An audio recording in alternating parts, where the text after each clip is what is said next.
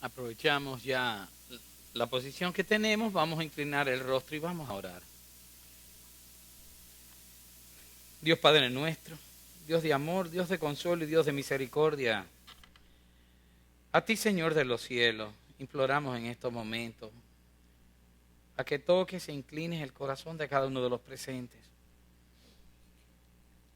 a tu palabra que va a ser expuesta, a la porción de tu palabra, Señor, para que podamos tenerla muy dentro de nosotros, guardarla como es debido y ponerla por práctica, Señor. Ayúdanos, Señor, a mantenernos viviendo conforme a tu voluntad. Te lo pedimos por los méritos de tu Hijo Jesucristo, Salvador nuestro. Amén. Siéntense, hermanos.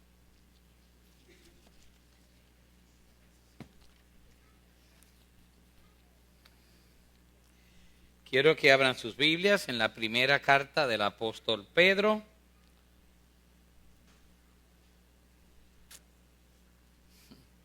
Pedro 1, primera de Pedro 1.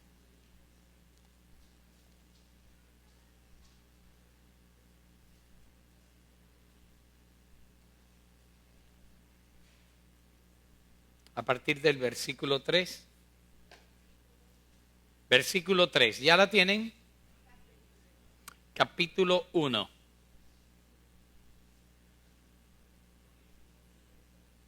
Muy bien. Leo la palabra y dice así: Bendito el Dios y Padre de nuestro Señor Jesucristo, que según su grande misericordia nos hizo renacer para una esperanza viva, por la resurrección de Jesucristo de los muertos, para una herencia incorruptible, incontaminada e inmarcesible, reservada en los cielos para vosotros, que sois guardados por el poder de Dios mediante la fe, para alcanzar la salvación que está preparada para ser manifestada en el tiempo postrero, en lo cual vosotros alegráis, aunque ahora por un poco de tiempo, si es necesario, tengáis que ser afligidos en diversas pruebas, para que sometida a prueba vuestra fe, mucho más preciosa que el oro, el cual, aunque perecedero, se prueba con fuego, sea hallada en alabanza, gloria y honra, cuando sea manifestado Jesucristo, a quien amáis sin haberle visto, en quien creyendo, aunque ahora no lo veáis, os alegráis con gozo inefable y glorioso, obteniendo el fin de vuestra fe, que es la salvación de vuestras almas. Amén. Ustedes acordarán, hace un tiempo estuve predicándoles acerca de algo que titulamos la Escuela del Señor. Y en la Escuela del Señor lo que veíamos era el andar del creyente y lo comparábamos o lo poníamos semejante a lo que era una casa de estudio donde gradualmente adquiríamos cada día las enseñanzas de Cristo en cada uno de nosotros. Bien, hoy deseo presentarle a manera de la misma Escuela del Señor una materia, por llamarle así, ¿verdad? Una materia que es de curso obligatorio, que todos debemos pasar. Todos debemos tomarla, y cuando hablo de todos me refiero tanto los creyentes como los que no lo son, los que andamos en Cristo como los que no andan según sus caminos. Y esta materia se llama pruebas y aflicciones. Y no es fácil de dar. Toda la humanidad, para poderle iniciar, porque alguien una vez me preguntó, ¿por qué los cristianos, una vez que somos regenerados en Cristo, sufrimos aflicciones? Y a veces de las maneras que las sufrimos. Y yo deseo contestarle quizás a quienes se han preguntado eso, ¿verdad? Los cristianos no estamos exentos de sufrir y de pasar por penurias, por aflicciones y por pruebas. No estamos exentos. Los cristianos no hemos recibido una compensación especial por haber creído en Cristo que nos libre de estas cosas. Pero en cambio, sí tenemos una serie de atributos que Cristo mismo ha dispuesto para nosotros, instrumentos que Él nos ha cedido para que nosotros podamos pasar por lo que pudiéramos llamar el horno de la aflicción. Cuando el hombre pecó sencillamente, su naturaleza inocente, creada por Dios desde el inicio, pues se corrompió, se volvió corrupta. Y en ese mismo instante, al corromperse, entró en una maldición provista por el pecado mismo, que tiene que ver con lo que era las penas, las aflicciones, las enfermedades, el dolor, el pesar, incluyendo la muerte misma. Aún la misma naturaleza, dice la palabra, que por culpa del pecado del hombre cayó en igual desgracia, y que todavía hoy en día la naturaleza gime por su redención. Por culpa del pecado, el hombre pierde su naturaleza inocente y todo aquello se trastorna, inclusive lo que el hombre tenía a su cargo, y a partir de ahí todo entra bajo maldición. Hay algo que les voy a buscar ahora mismo, está en Romanos capítulo 8, versículo 20 en adelante. Yo lo leo, no se preocupen en buscarlo, y dice: porque la creación fue sujetada a vanidad, no por su propia voluntad, sino por causa del que la sujetó en esperanza. Porque también la creación misma será libertada de la esclavitud de corrupción a la libertad gloriosa de los hijos de Dios. Y cuando está diciendo la creación misma será libertada, al igual que nosotros, es que todavía nuestra carne no ha sido libertada. Nuestro espíritu ha sido vivificado en Cristo. Somos una nueva creación. Tenemos una nueva relación otra vez con Dios. Pero todo esto es a manera espiritual. A manera física, ninguno de ustedes es inmortal. Ninguno de ustedes está exento a sufrir las consecuencias del pecado en su propia carne, ya que vivimos en una carne corrompida. Dice aún más en Romanos, y dice: porque sabemos que toda la creación gime a una, y aún está con dolores de parto hasta ahora. Y no solo ella, sino, atiendan, también nosotros mismos gemimos dentro de nosotros mismos, esperando la adopción, la redención de nuestros cuerpos. Estos cuerpos son carne de pecado. Por tanto, por ser lo que son, nosotros no vamos entonces a tener ningún tratamiento especial con relación a él. Todos sufrimos. Ahora, tanto unos como otros van a quedar evidenciados tanto en lo que es la fe, y van también a tener un tratamiento, vamos a llamarle diferente, en medio del horno de la aflicción, pero solamente cuando estamos sometidos a las pruebas mismas. En el diccionario yo encontré que la definición para la aflicción sería dolor moral o sufrimiento físico, pesadumbre, pena y tristeza.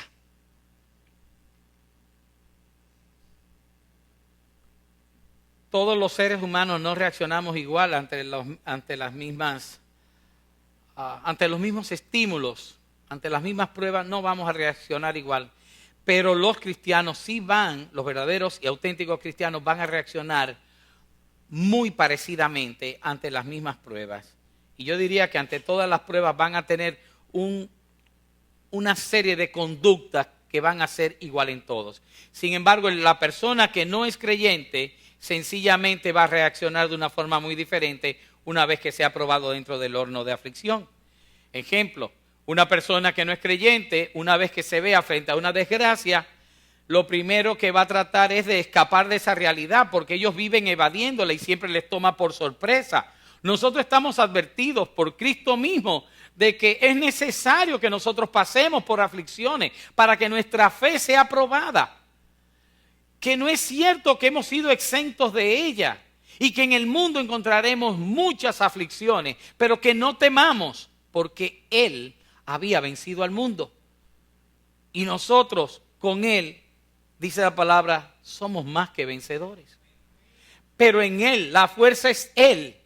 Él es el fuerte, Él es el campeón de la batalla, no nosotros, porque las aflicciones no son para que nosotros nos hagamos fuertes, sino para que nosotros, reconociendo nuestra debilidad, hagamos que Cristo sea el fuerte en nosotros.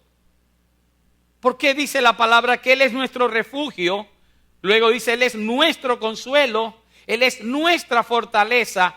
No está diciendo en ningún momento, Él me hará fuerte. Lo que está diciendo en todo momento, Él me va a cubrir de su fuerza. Yo me podré refugiar dentro de Él ya. Eso es lo que uno hace en un búnker, en una fortaleza, es cubrirse adentro. Y así no me llega a mí. El que no es creyente cuando está en medio de la aflicción y la prueba, recibe la angustia y el dolor en una forma que traspasa su ser. No hay consuelo para una persona que ha sufrido una pérdida grande, un hijo, la muerte de un hijo, de una madre, etcétera. Por más que usted quiere consolarlo, no encuentra palabras con que consolarlo, porque no existen para el no creyente. No haya verdadero consuelo, porque nuestro consuelo es Cristo. Dios es Dios de misericordia y de todo consuelo. Y si no tienen a Dios en su corazón, ¿cómo van a ser consolados? Pueden tener algún tipo de consuelo, pero como algo temporal y fatuo, no como algo verdadero y auténtico que proviene de Dios mismo. Algunos en medio de la prueba intentan pactar con Dios por medio de huecas promesas y hasta de ritos mágicos. Señor, sin ser creyente, si tú haces esto por mí, yo haré esto por ti. Como si Dios necesitara algo de nuestra parte. Dios no nos necesita. Dios está con nosotros por su infinito amor y por su infinita misericordia, pero no porque Él necesite algo de nosotros. Hay otros dentro de los impíos que sencillamente se sienten abandonados a su suerte, solitarios, perdidos y lamentando su desgracia. Y se encierran en sí mismos repitiendo y les resurge el momento en cuanto han tenido la pérdida. Pero el cristiano no se siente abandonado a su suerte, porque lo primero es que no creemos en la suerte. No creemos en lo fortuito, creemos en que Jesucristo, que Dios mismo tiene control absoluto de todo, absolutamente de todo cuanto nos acontece. Que no hay nada que ocurra en nuestras vidas si no es la voluntad expresa de Dios. Y Él tiene cuidado de cada uno de nosotros. Los impíos se sienten indefensos, impotentes ante las circunstancias que originan su pesar. En tanto el cristiano no. El cristiano halla fortaleza en Cristo. El cristiano no está impotente porque el cristiano halla consuelo en la palabra y en Dios mismo. El dolor y la pena pueden cegar a un impío a que no pueda reflexionar y que solamente se llene de angustia y de desesperación. Pero aunque nosotros podamos apenarnos por muchas situaciones que nos puedan acontecer, no nos sentimos derrotados y mucho menos desesperados. La pena nos puede embargar en un momento dado. Es doloroso una pérdida, una despedida fuera de tiempo, pero pasa.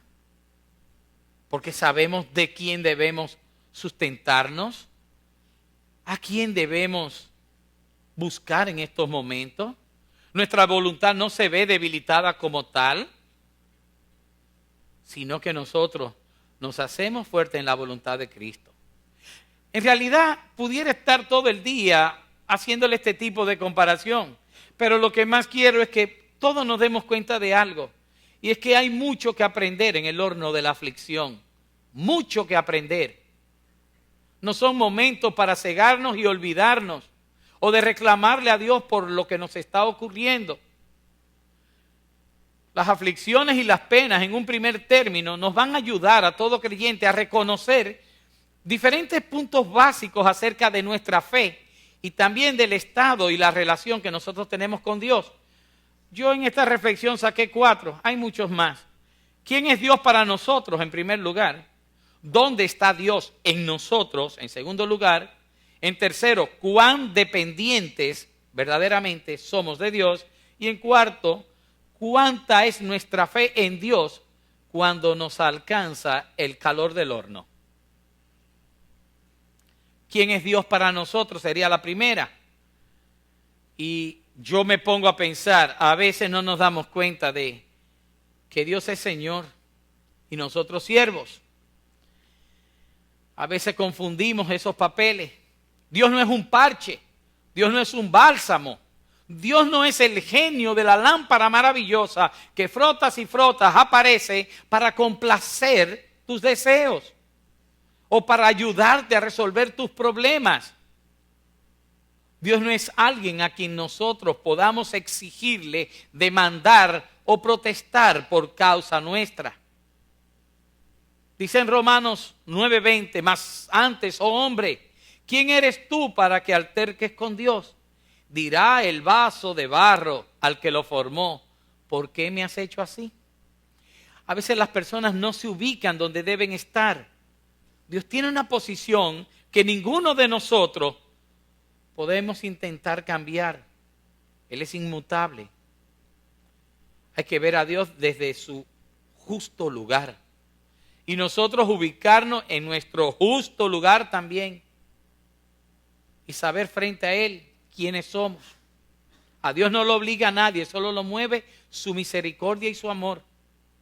Pero no hay forma de doblegar a Dios, ni una oración mágica para que Él haga, como muchos pretenden, que toda oración que hagas en el nombre de Jesucristo, Él lo hará, por amor a su Hijo. No es cierto. No es así. Eso conlleva mucho más. No es el momento de explicarlo, pero ya luego lo haremos. Dios está con nosotros y es bueno en las aflicciones ver dónde está en nosotros. Dicen y sabemos perfectamente por la palabra que Dios es omnipresente. O sea que Dios está en todos los lugares en el mismo tiempo. Pero ¿saben algo? Y lo voy a usar metafóricamente. En el cristiano, Dios no es omnipresente porque solamente puede ocupar un solo lugar en el cristiano. Les digo, esto es simbólico lo que le estoy diciendo. Dios no puede ocupar una parte de mi vida. Dios no puede ocupar la mayor parte de mi vida. Dios tiene que ocupar el centro de toda mi vida. Dios tiene que estar entronizado en el corazón mismo de todo creyente. Dios no podemos ponerlo donde nosotros queremos, sino Dios debe estar en el lugar que a Él le corresponde. Y ese es el primer lugar en nuestras vidas. Eso es lo primero que nosotros debemos ver. Y cuando nosotros estamos en aflicción y en prueba, ¿dónde está Dios en nuestras vidas? En primer término, podemos recurrir a Él porque está inmediatamente con nosotros, está cerca, está en nosotros. ¿Es nuestro todo? ¿O es parte de mi ser? ¿O lo tengo como la goma de repuesto de mi vehículo? Por si se me picha una goma, lo saco del baúl. No es así. Eso se relaciona inmediatamente. ¿Dónde está Dios con nosotros? En cuán dependientes somos de Dios. Y como le decía, Él no es parte de mi vida. Ni siquiera la mayor parte de mi vida, porque hay personas que dicen, la mayor parte de mi vida se la dedico a Dios. Craso error. Hermano, tiene un fallo. Tiene un fallo. ¿Cuál? Él es la vida. La vida misma. Jesucristo decía, yo soy el camino, la verdad y la vida. Sin Él no hay vida. Eso es el Señor. En los momentos de aflicción y de pruebas, ¿qué vemos nosotros? Que Dios es nuestro sustento porque Él es nuestra vida.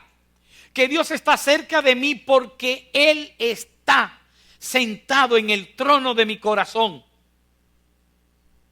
Eso es importante. Eso es importante.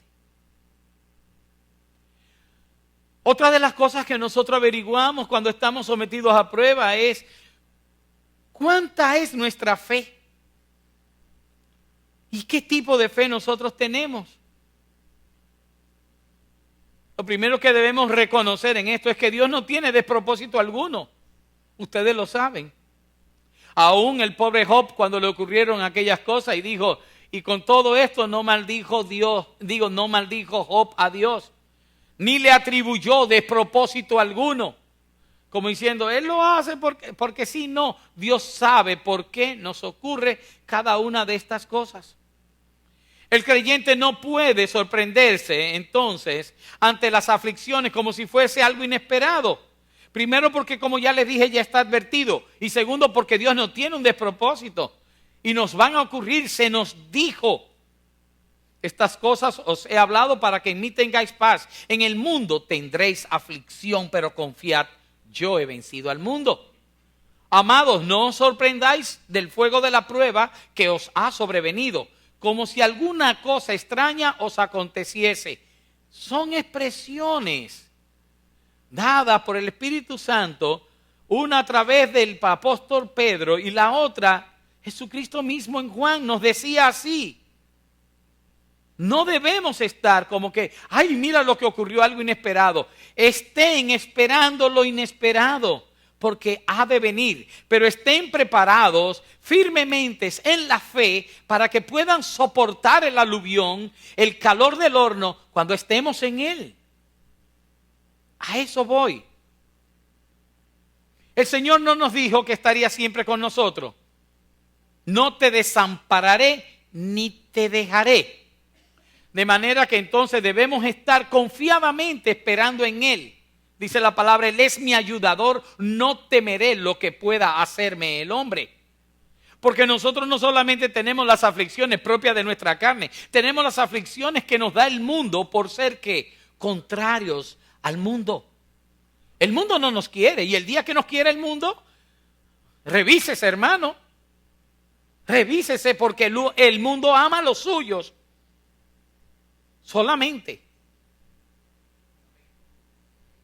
El creyente tiene refrigerio y consuelo aún en medio de las pruebas más difíciles. ¿Cuál es? La palabra de Dios misma. La palabra de Dios. Salmo 119, 143. A partir de ahora le voy a hacer algunas lecturas de versículos rápidas. Y dice, aflicción y angustia se han apoderado de mí, pero tus mandamientos han sido mi delicia. Se puede apoderar de nosotros aflicción y angustia, pero nosotros tenemos deleite en la palabra del Señor, porque en ella sí hay verdadero consuelo. Dice más, el mismo Salmo 119, pero en el versículo 50. Acuérdate de la palabra dada a tu siervo, en la cual me has hecho esperar. Ella es mi consuelo en mi aflicción, porque tu dicho me ha vivificado, me ha dado vida, es lo que quiere decir. Consuelo, delicia. Ven, la palabra. Cuando los hermanos van a darle consuelo a uno, el consuelo que recibimos y el que es efectivo en nosotros no es el consuelo de él hablarme de sus experiencias, sino de él citarme la experiencia de la palabra, que es única. De él decirme versículos como estos. Eso es lo que en verdad ayuda. El creyente tiene refugio y fortaleza donde guarecerse en el Señor cuando está en el horno de aflicción. Isaías 25:4 dice, porque fuiste fortaleza para el pobre, fortaleza para el necesitado en su aflicción, refugio contra la tormenta, sombra contra el calor. ¿Quién? Dios. Dios. Dios mismo también en un momento, en todo momento de prueba y aflicción, es nuestro consolador. Segunda de Corintios 1:3, bendito sea el Dios y Padre de nuestro Señor Jesucristo, Padre de misericordias y Dios de toda consolación. ¿Hay o no hay consolación? Hay consolación, pero busquémosla en el lugar correcto. Dios Padre nuestro es Dios de toda consolación. No hay forma de decir, es que yo no puedo encontrar consuelo por la desgracia que me ha ocurrido. Toda consolación, Dios es dador de ella. Más aún, volvemos a la pregunta inicial, ¿y por qué los justos debemos sufrir aflicción? No temas, hermano, que no te va a venir ninguna aflicción con la que no puedas cargar, con la que no puedas entregarle a Cristo, donde debemos llevar ¿qué? Todas nuestras cargas, todos nuestros pesos, que Él los hará ligero. En ningún momento el Señor nos está quitando estas cosas, las está aligerando, las está pasando con nosotros. Me encanta un salmo en el cual habla sobre un enfermo y dice que Dios mullirá, arreglará, acondicionará la cama del enfermo. No dice, lo va a levantar. El Señor si quiere lo levanta, claro está. Pero hay ocasiones en que es necesario que nosotros pasemos por esas pruebas. Pero nunca, nunca pasaremos solos. Nunca. Y ese es nuestro mayor consuelo. Nunca. Y nunca la prueba será más grande de lo que nosotros podamos soportar. Porque el Señor está con nosotros y no nos probará más allá de lo que podamos resistir. Todas estas cosas tienen enseñanza que no debemos perder en ningún momento. Las pruebas son necesarias, las aflicciones son necesarias para el creyente. Créanlo o no, ellas producen paciencia. Y con la paciencia vienen muchísimas otras cosas. Dice en primera de Pedro 1:7, para que sometida vuestra fe a prueba, mucho más precioso que el oro, el cual aunque perecedero se prueba con fuego, sea hallada en alabanza, gloria y honra cuando sea manifestado Jesucristo. Bienaventurado el varón que soporta la tentación, porque cuando haya resistido la prueba, recibirá la corona de vida. Es necesario que pasemos por estas cosas.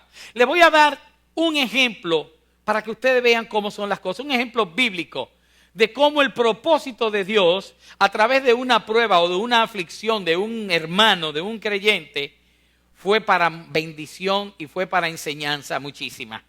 Miren, en Gálatas 4:13 le voy a leer, dice, pero vosotros sabéis que a causa de una enfermedad del cuerpo os anuncié el evangelio al principio. ¿Saben a quién me estoy refiriendo, verdad?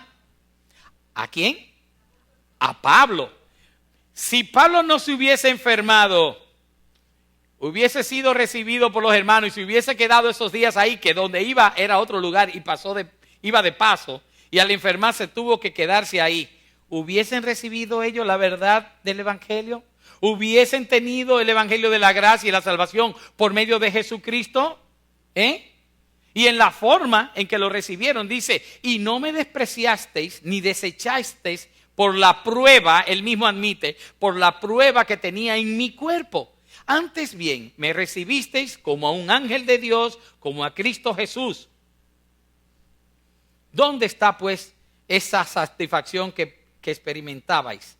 Porque os doy testimonio de que si hubieseis podido, os hubierais arrancado vuestros propios ojos para dármelos. Miren con cuánto amor recibieron a Pablo. ¿Por qué? Por las noticias que le llevó, por el evangelio que les confió. Como podemos leer entonces en la palabra, la enfermedad de Pablo sirvió para propósitos muy definidos, muy claros y que fueron grande bendición para otros. Fue bendición para muchos porque ahí fue que se creó la iglesia de los Gálatas. Pero aún esa misma enfermedad, ese mismo aguijón en su carne, fue un freno. ¿Para quién? Para el propio Pablo, para el creyente. En 2 de Corintios, refiriéndose a esa prueba y a esa aflicción, dice, y para que la grandeza de las revelaciones no me saltase desmedidamente, me fue dado un aguijón en mi carne, un mensajero de Satanás que me abofeté, para que no me enaltezca sobremanera, porque la carne del hombre está dada a subirse. Ustedes no han escuchado que el poder siempre corrompe. Puede subir una persona a una estatura de poder, a un puesto, etcétera, de mando, con cierto poder. Y tarde o temprano ese mismo poder y las personas que le rodean con sus halagos, etcétera, hacen que el hombre se convierta en un tirano, en un déspota, en un abusador, etcétera. Porque el poder siempre corrompe al que trata de sustentarlo. Porque el hombre no está en esta carne preparado para soportar poder. Sin corromperlo también, porque somos carne corrupta. Y todo lo que se nos entrega, así como la naturaleza misma que se nos fue dada, y y quedó bajo nuestro dominio, bajo nuestro señorío, cayó bajo la misma maldición que nosotros por nuestro pecado. De igual manera, todo lo que viene a nosotros de esta manera también se daña. Y ven que hay gobernantes que empiezan muy bien y después ni hablar de ellos. Otra, además de que fue causa de freno para orgullo y bendición para el pueblo de la ciudad de Gálatas, pues fue una causa de oración para que el Señor se lo quitase. Él tuvo que recurrir a la oración. Hay personas que no oran a menos que se vean en una dificultad. O sea, oran, pero no con la avidez, no con lo que se necesita, sino hasta que se vean bien apretados. Y entonces en ese momento están orando. Y él mismo reconoce, respecto a lo cual 3 veces he rogado al Señor que lo quite de mí. Para si alguno está curioso y dice que qué era esa enfermedad de Pablo, se supone que era una enfermedad de los ojos, como si fuese una conjuntivitis de esas que se llenaban los ojos de pus, etc. O sea, era una enfermedad que todo el mundo se alejaba de él, primero por contaminosa, porque era muy, muy contaminosa, sí, pero también era el asunto de que se veía mal una persona con los ojos todo enrojecidos, con secreciones, etcétera. Era una enfermedad vergonzosa, vamos a llamarle. O sea, era algo que inclusive podía impedir que él se acercase a las personas a predicarle. Cuando nosotros hemos tenido brotes aquí de conjuntivitis, eso es, y fulano tiene conjuntivitis y le hacen el claro de luna porque nadie quiere que se le pegue. Pues imagínense una situación parecida a Pablo. Y él le había pedido al Señor 3 veces que lo quitase de él.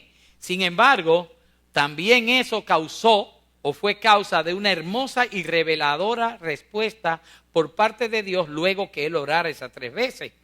Y el Señor le dijo, dice él, y me ha dicho, bástate mi gracia porque mi poder se perfecciona en la debilidad. Y eso es una norma universal para todo creyente. El poder de Dios se perfecciona en la rendición, en la debilidad del hombre. Porque Él es el Dios de lo imposible. Porque es Él el Dios que va a actuar en el momento en que tú dices, te lo entrego a ti porque yo nada puedo. Entonces Dios actúa. Pero mientras el hombre crea que por su poder puede hacer las cosas, Dios no participa. Porque Dios no comparte su gloria y su honra con nadie. Por eso nos hacemos débiles para que Él sea. Por eso Juan el Bautista menguaba para que creciera Cristo. Pero en nuestras vidas es igual. Nosotros nos hacemos chiquitos para que sea Cristo, Dios mismo, el que crezca dentro de nosotros. Y actúe en nosotros. Y actúe en nosotros. Esa fue una respuesta maravillosa que todavía hoy en día nosotros nos complacemos en escuchar y espero que también en poner en la práctica. El poder de Dios se perfecciona en la debilidad del hombre. No como dicen unas guaguas, por mi propio esfuerzo, dicen, un letrerito pintado en el cristal de atrás. No es así, no es así. Mientras el hombre cree que puede, es un tonto y un necio que no puede nada. La gracia también que recibió de una lección aprendida y una nueva dimensión de conocimiento de Dios a través de ¿qué? De una enfermedad, de una aflicción y de una prueba. Dice él, por tanto de buena gana me gloriaré más bien en mis debilidades para que repose sobre mí el poder de Cristo. Para yo poder atestiguar, es el Señor que hizo la obra en mí. Yo no puedo, pero Dios sí puede. Mi Dios está conmigo.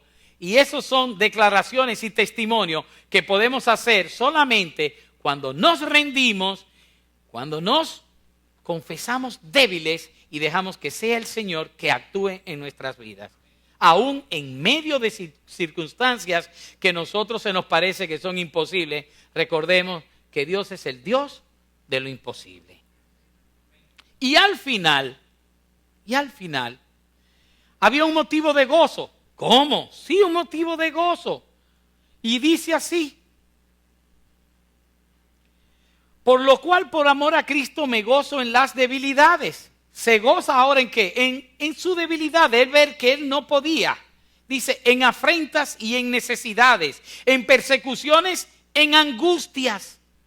Porque cuando soy débil, entonces soy fuerte. ¿Ven? ¿Todo debido a qué? Diría alguien, a una maldición de una enfermedad. Ajá, y al final está adorando y alabando a Dios por eso. Porque sencillamente todo lo que el Señor toma para sí, lo transforma en bienestar para nosotros, aunque nosotros no lo podamos entender. Otra cosa de la que aprendió él es, ¿a que no siguió orando para que le quitase el aguijón sobre su carne? Sino que dio gracias a Dios por él y se gozó en él. ¿Por qué? Porque obtuvo una dimensión diferente de conocimiento acerca de Cristo. Y eso ocurre también, que solamente postrados en el lecho del dolor o metidos en el horno de la aflicción, es que conocemos una dimensión diferente de Dios que no podíamos conocer mientras estábamos todos saludables, todo bien y con todo a nuestro favor. Es necesario que estemos de vez en cuando en el horno de la aflicción. Es necesario que probemos que nuestra fe va a salir fortalecida por medio de aflicciones. El creyente no pasa en balde por estos dolores y por estos quebrantos, por estos pesares, estas pérdidas. No, en ningún momento. Y reacciona diferente, completamente diferente al resto del mundo. Dense cuenta de ello. Aunque siente el dolor, ya no sucumbe al dolor porque Dios está con él. No se siente desesperanzado porque sabe con certeza que Dios es su única esperanza. No teme en la aflicción ya que su confianza está depositada en Cristo, en el Señor. Aunque su cuerpo se debilite, mas no así su fe, la cual se acrecienta y se fortalece en Cristo. No se siente perdido porque sabe que Dios es su consuelo y su refugio en medio de las pruebas y las tribulaciones. No piensa que la suerte lo abandonó, ya que su vida y su eternidad no dependen del fortuito, sino que Dios tiene absoluto control de toda ella. Al creyente le es posible aún gozarse en medio de la aflicción, de la prueba y de la enfermedad, al comprobar y sentir el amor de Dios junto a uno. Porque no es que Dios nos desampara. Es como el niño que se enferma y papá viene, lo acaricia, lo besa, mamá viene, lo acaricia, lo abraza, lo besa. Y el niño se pone más ñoño de la cuenta porque está disfrutando la cercanía de aquellos que le aman. Y se le olvida la enfermedad, aunque parezca que está malo, muy malo, en realidad se le olvida, está disfrutando más lo otro que la enfermedad que los puede estar molestando. Las pruebas, por tanto, van a ayudar a los creyentes a definirnos con respecto a la fe y la confianza que le tenemos al Señor. ¿Y a dónde colocamos a Dios en nuestras vidas en medio de nuestra adversidad? Nos va a ayudar las pruebas a madurar en nuestra fe, estrechando nuestra relación con el Señor, ya que nos vuelve muchísimo más dependiente a su consuelo y a su misericordia. Dios no falla en eso. Alcanzamos paciencia, como ya hemos leído, y Dios nos muestra su poder. Y nosotros vemos nuestra incapacidad, adorando, glorificando y reconociendo a Dios. Porque solamente Él es digno de recibir estas cosas y este reconocimiento. Y por último, Dios es glorificado en medio de nuestras aflicciones. Porque por medio de ellas el Señor moldea nuestro carácter para que cada día se parezca más al de Cristo Jesús, Señor nuestro. Amén. El Señor no nos quita las aflicciones, pero nos ayuda a sobrellevarlas. Estemos preparados a pasar por todas ellas, como esta carne que no ha sido redimida, pero este espíritu, recuerden, ha sido vivificado en Cristo. Y Él es el que puede guiarnos en medio del horno de la aflicción. Amén. Vamos a orar, hermanos. Señor y Padre eterno, Dios poderoso, Dios de consuelo y Dios de misericordia, tú, Señor, que nos has guiado y nos has cuidado, tú, Señor, que tiene control de todo cuanto acontece en nuestras vidas, a ti, Padre, te pedimos que aumente nuestra fe, para que llegado el momento, Señor, podamos confiar plenamente en ti y podamos hacer, Señor, uso de la misma conforme a tu palabra nos lo ha descrito. Ayúdanos, Señor, a que siempre tengamos en nosotros tu presencia, que siempre ocupes tú, Señor, lo primero en nuestras vidas, que tú seas nuestra vida misma. Ayúdanos, Padre, a ser también, además de ser consolados por ti, servir nosotros de consuelo a otros tantos, Señor, por medio de lo que nos ha enseñado tu propia palabra y de la experiencia que nos ha dejado. Bendice, Padre, aquí a todos los presentes y ayúdanos a retornar con bien a nuestros hogares en el nombre de Jesús. Amén.